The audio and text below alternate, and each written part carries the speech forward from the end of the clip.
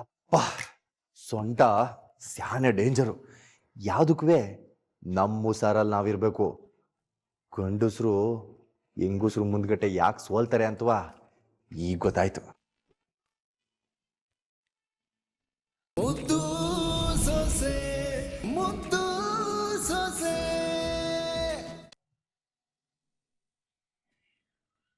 ಈಟ್ ದಿನ ನೀವು ದೂರ ಇದ್ದಿದ್ ಕಾರಣ ನಿಮ್ನ ಸೆಳಿಯಕ್ಕೆ ಆಗಿರ್ಲಿಲ್ಲ. ಆದ್ರೆ ಇವತ್ತು ಅದೆಂಗ್ ತಪ್ಸ್ಕೊಂಡಿರೋ ನಾನು ನೋಡ್ತೀನಿ ಗೌಡ್ರೆ.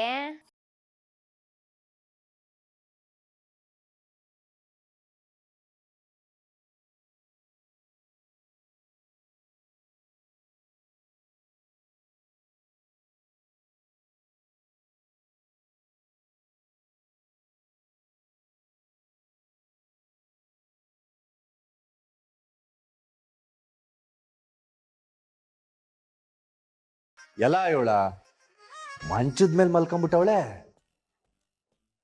ಲೇ ಭದ್ರಾ, ಅವಳು ನಿನ್ನ ಮರಳು ಮಾಡ್ಬೇಕು ಅಂತಾನೆ ಕಳ್ಳ ಇವೆಲ್ಲ ಮಾಡ್ತಾ ಇರೋದು. ಇದಕ್ಕೆಲ್ಲ ನೀನ್ ಸೋಲಕ್ ಹೋಗ್ಬೇಡ.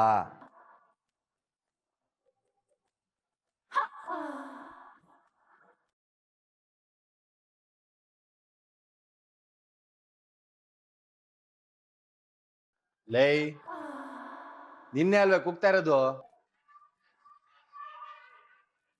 ಇದು ಬೇರೆ. ಲೇ ವಿದ್ಯಾ, ಏನಿ ಗೌಡ್ರೆ? ಏನ್ ಹೇಳೋದು? ಹಿಂಗ್ ಎರಡ್ ಧೈರ್ಯ ಇದ್ರೆ ನನ್ ಮಂಚದ ಮೇಲೆ ಬಂದ್ ಮಲ್ಗಿದ್ದೆ. ಗೌಡ್ರೆ, ಮೊದ್ಲು ನಾನು ಇಲ್ಲೇ ತಾನೇ ಮನಿಕತಾ ಇದ್ದಿದ್ದು. ಓ, ನಾನ್ ಆ ಕಡೆಗ್ ಮಲ್ಕತಾ ಇದ್ನಲ್ಲ, ಅದಕ್ಕೆ ನಾ ಹೇಳ್ತಾ ಇರೋದು. ಆಯ್ತು ಬಿಡಿ, ನಾನ್ ಆ ಕಡೆಗ್ ಹೋಗಿ ಮಲ್ಕತೀನಿ. ನೀವ್ ಈ ಕಡೆ ಬಂದ್ ಮನಿಕಳಿ.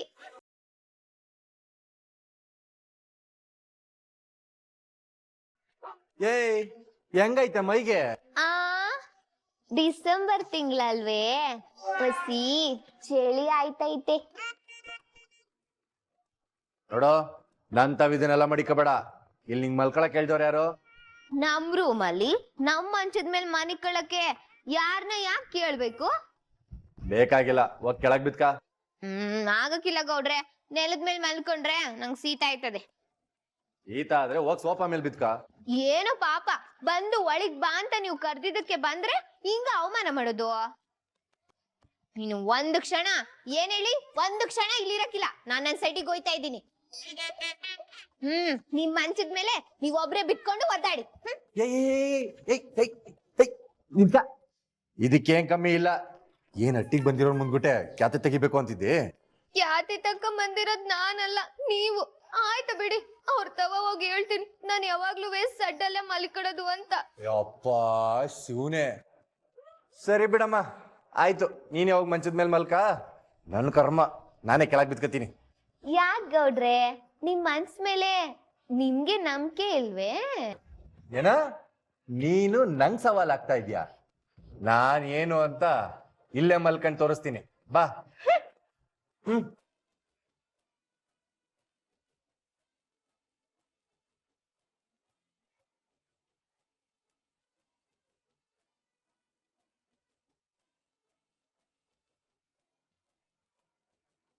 ಏಳು ಬಲೆಗ್ ಮಾತ್ರ ಬೀಳದೇ ಬೇಡ. ಯಾವ್ದಕ್ಕೂ ಮಧ್ಯದಲ್ಲಿ ಒಂದ್ ದಿಂಬಿಟ್ಕೊಂಡ್ ಮಲ್ಕೊಂಬಿಡುವ. ನಿದ್ಗಣ್ಣಲ್ಲಿ ಕಾಲು ಕೈ ಹಾಕ್ಬಿಟ್ರೆ ಕಷ್ಟ.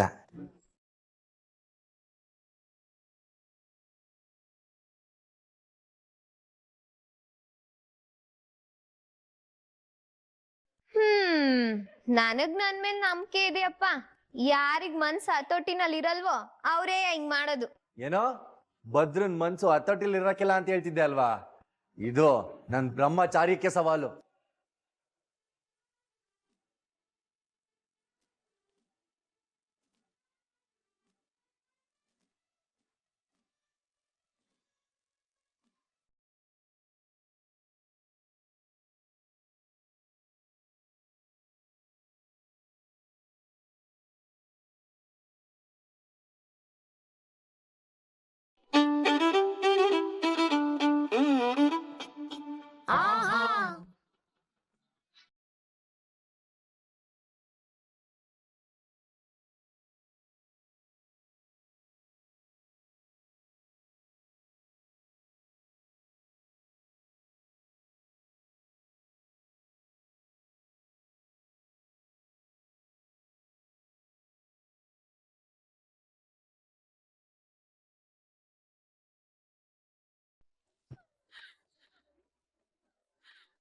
ಏನಪ್ಪ ಇದು ಮನ್ಸು ಹಿಂಗ್ ಹತೋಟಿ ತಪ್ತದೆ. ಭದ್ರಾ, ಅವಳು ಬೇಕು ಬೇಕು ಅಂತಲೆಯ ಸೊಂಟ ತೋರ್ಸ್ಕೊಂಬಲ್ಗವಳೆ. ಬೇಡ ಬೇಡ, ಯಾಮಾರಕ್ ಹೋಗ್ಬೇಡ. ಸೊಂಟದ ವಿಸಿಕ್ ಹೋಗ್ಬಾರ್ದು ಅಂತ ಸುಮ್ಕೆ ಹೇಳಿಲ್ಲಕಲ್ಲ. ಭದ್ರಾ, ನಿಂಗ್ ಬಲೆ ಬೀಸ್ತಾವಳೆ, ನೀನ್ ಬೀಳ್ಬೇಡ.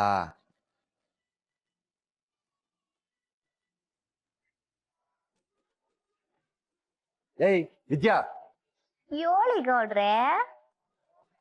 ಎದ್ದ ಮೇಲೆ ಯಾಕ್ ಗೌಡ್ರೆ? ಎದ್ದು ಮರ್ವಾದೆಯಿಂದ ಸೀರೆ ಮುಚ್ಕೋ. ಆ ಅದು ನಿನ್ ಸೀರೆಯ ಸರಿಗ್ ಮುಚ್ಕೋ ಅಂದೆ. ನನ್ ಸೀರೆಗೆ ಏನಾಗದೆ ಗೌಡ್ರೆ? ಸರಿಯಾಗಿ ಅದಲ್ಲ. ಏಯ್ ಅದು ಆ ನಿನ್ ಮಲ್ಕೊಂಡಾಗ ಸೊಂಟ ಕಾಣಿಸ್ತದೆ, ಸರಿಗ್ ಮಲ್ಕ. ಅಯ್ಯ, ಅದ್ ಕಂಡ್ರೆ ನಿಮ್ಗೇನು? ಸುಮ್ಕೆ ಕಣ್ ಮುಚ್ಕೊಂಡ್ ಮನಿ ಕಳಿ. ನಂಗ್ ಗೊತ್ತು ನೀನ್ ಬೇಕು ಅಂತ ಕಾಣಂಗೆ ಮಾಡ್ತಿದ್ಯಾ ಅಂತ. ಅಲ್ಲ, ನೀವ್ ಯಾರು? ಭದ್ರೆ ಗೌಡ್ರು. ಮನ್ಸ್ನ ಹತೋಟಿಗ್ ಮಾಡ್ಕೊಳ್ಳೋದ್ರಲ್ಲಿ ಎತ್ತಿಟ್ ಕೈ. ಹಾ, ಅಂತವ್ರಿಗೆ ಈ ಜುಜುಬಿ ಸೊಂಟ ಕಂಡ್ರೆ ಏನಂತೆ ಬಿಡಿ.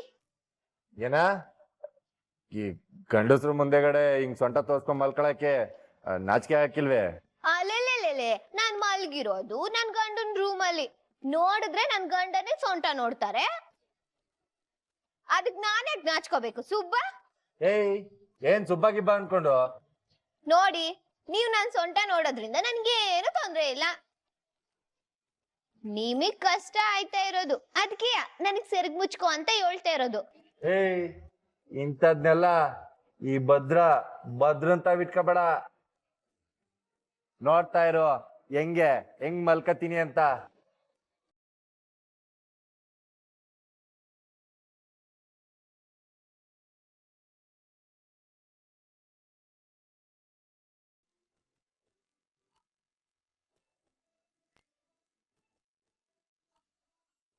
ಯಪ್ಪ, ಸೊಂಟ ಸ್ಯಾನೆ ಡೇಂಜರು.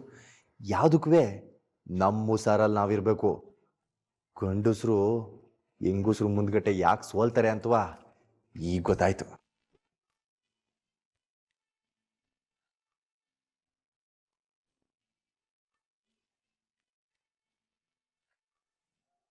ಮಗ ಭದ್ರ, ನಿನ್ ಮನ್ಸು ಹತೋಟಿಲ್ ಮಡಿಕಳ್ಳ. ಯಾವ್ದೇ ಕಾರಣಕ್ಕೂ ಅವಳ ಕಡೆಗೆ ಮಾತ್ರ ತಿರ್ಗ್ಬೇಡ. ತಿರ್ಗಿ ಅವಳನ್ನ ನೋಡ್ಲೇ ಬೇಡಕಲ್ಲ.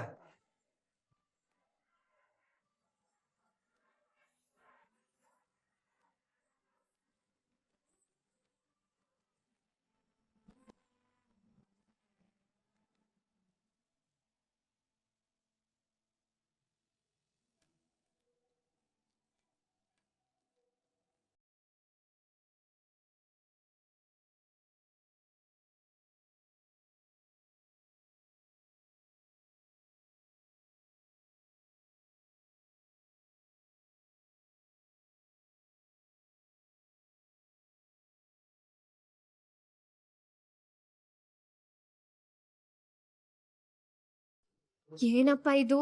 ಆಚೆ ಕಡೆ ಕಿಟಕಿ ಹಂಗ ಓಡಾಡ್ತಾ ಇದೆ. ಅಯ್ಯಯ್ಯೋ, ಇದು ದೆವ್ವನೇ ಅನಿಸ್ತಾ ಇದೆ.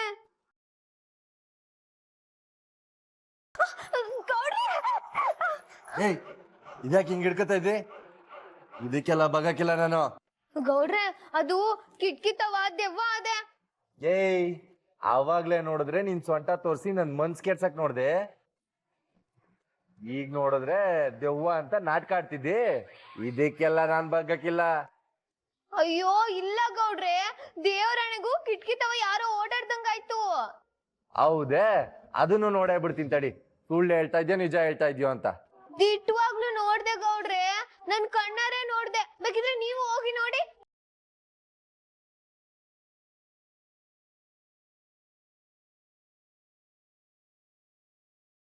ಅದ್ಯಾವ್ದು ಹೋಗ್ಬಂದ್ ಬಿಡೋದಿಲ್ಲಿ, ತೋರ್ಸ್ ಬರೀ ಇಲ್ಲಿ. ಗೌಡ್ರೆ, ದಿಟ್ಟವಾಗ್ಲೂ ನನ್ ಕಣ್ಣಾರೆ ನೋಡ್ದೆ ನಾನು. ಈಡ್ ದಿನ ಇಲ್ದಿದ್ದೆವ್ವ ಈಗ ಬಂದ್ಬಿಡದೆ. ಇದ್ಕ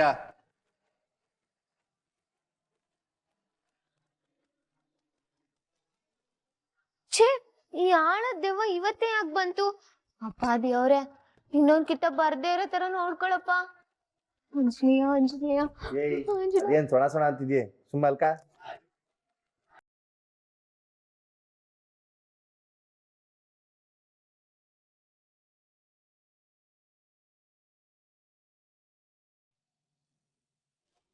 ಅವಳು ಬಸ್ರಿ ಅಲ್ಲ ಅನ್ನೋ ವಿಚಾರ ಯಾರಿಗೂ ಗೊತ್ತಾಗ್ಲಿಲ್ಲ.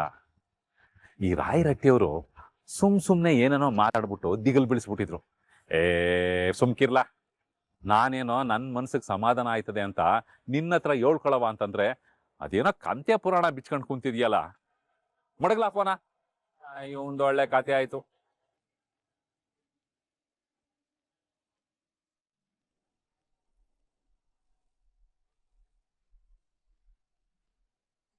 ಒಂದ್ ವಿಷಯ ಮುಚ್ಚಿಟ್ಟಿದ್ದಕ್ಕೆ ನಿನ್ ಮಗಳು ಬದುಕು ಎಲ್ಲಿ ತನಕ ಬಂತು ಅಂತ ಸಂದ ಗೊತ್ತಿರ್ಬೇಕಲ್ವೇ?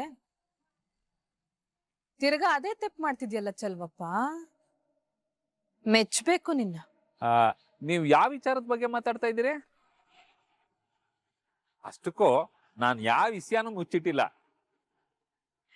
ಚಲ್ವಯ್ಯ ನೀನೀಗ ಫೋನಲ್ಲಿ ಮಾತಾಡ್ತಿದ್ದಲ್ಲ, ಆ ವಿಷಯವ ನೀನ್ ಮುಚ್ಚಿಡ್ಬೇಕು ಅಂತ ಏಟೇ ಪ್ರಯತ್ನ ಪಟ್ರುವೆ ಆಗಕ್ಕಿಲ್ಲ.